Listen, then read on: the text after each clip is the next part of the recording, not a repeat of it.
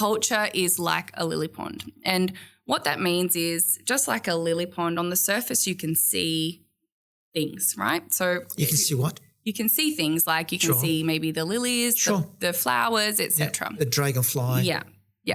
So he refers to that as the artifacts of a culture. So what you've referred to just before about volleyball or lattes or is what you're seeing. Is what you're seeing. So you as the I guess observer of culture from the outside, will make judgments and assumptions based on what you're seeing. Mm-hmm. How pretty that pond is or not. That's right. Tidy, etc. Yeah, and we think about the physical design of workspaces in today's world, how much they've changed since I started in work, where we had cubicles and we had the walls up, and that's an artifact of culture. Got it. And we as the observer perceive something when we see that. And now in today's world, if we see that, we probably make a negative judgment. Mm-hmm. But when we see open plan, we are going to make assumptions based on that. But the next layer down is what we call espoused values. And espoused culture is what we say to be true. So this is marketing. This is me in my role as an advocate for the business. So what I'm telling you is our culture. When you interview with me, what I say is our culture. We're collaborative, we're this, we're that. I'm telling you the culture because that's what I'm saying the company believes is the culture. Are you saying that means when we talk to people about what we do, we're authentic, we're not just selling stuff? I might have missed the point. I'm sorry. Can you one more time? So the first layer is what we can see. Yeah, got that. The second layer is less obvious. You probably need to engage with the business to understand the second layer. Okay.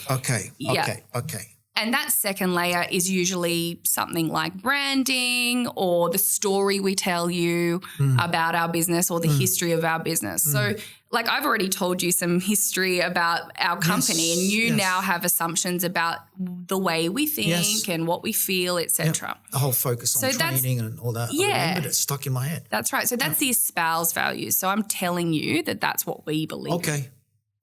Now the tricky bit and the bit that it usually falls short. Most people can get the boardroom table right and the logos and they can get what's obvious to people right. And the office design. The ping pong table. The floor design. And yeah.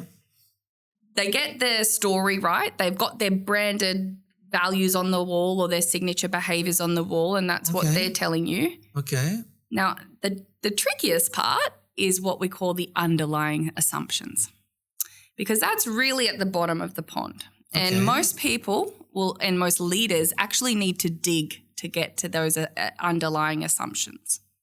So some of the best leaders I've seen in my onboarding career, which I believe is also a science, but, they will sit back in a business and they'll observe for a good period of time before they do anything, before they let their ego come to play and they try to make change, they'll just watch.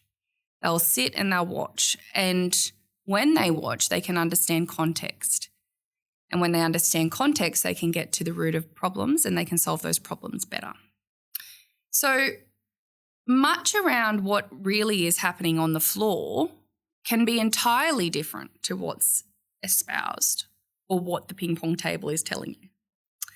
And the job of a strategist in people and culture is pretty simply connecting those dots to make sure that all of those underlying assumptions we have on the floor marry up with the story we're telling.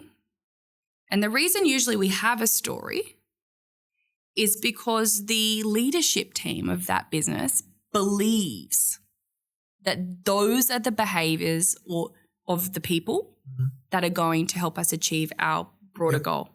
As a group. Now, if you haven't made sure that what's going on the floor versus what you're setting out to do is happening and you don't know how to measure that and you don't know how to test to that, then you have a disconnecting culture.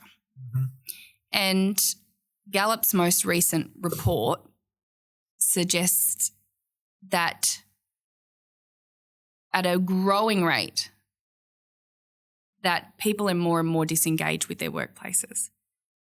So disengagement comes from a disconnect, a disconnect with what really they want or they believe or they see is happening versus what is truly, disconnected with their culture, did you say? Yes. Got it.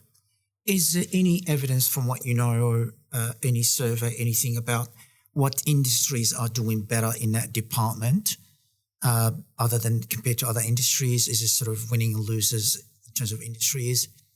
I don't have much data on that, to be honest. Like IT versus something super conservative, maybe a factory, or IT versus a private school, which is it's got such a huge tradition, old tradition, and fairly conservative, you would think. I think the thing is, in my opinion, there's no right or wrong in culture because there's culture for everyone and specific cultures will fit specific people's strengths. I guess.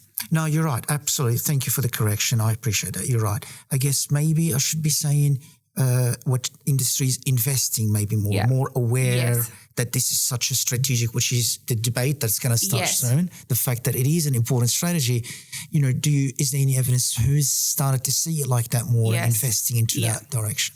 I'm so lucky I work for a small business, because there's way more power to change and make change. There's way more voice at the table. Yeah. In my opinion, the companies that are succeeding and meeting their milestones and meeting their strategic objectives are the ones with the right culture.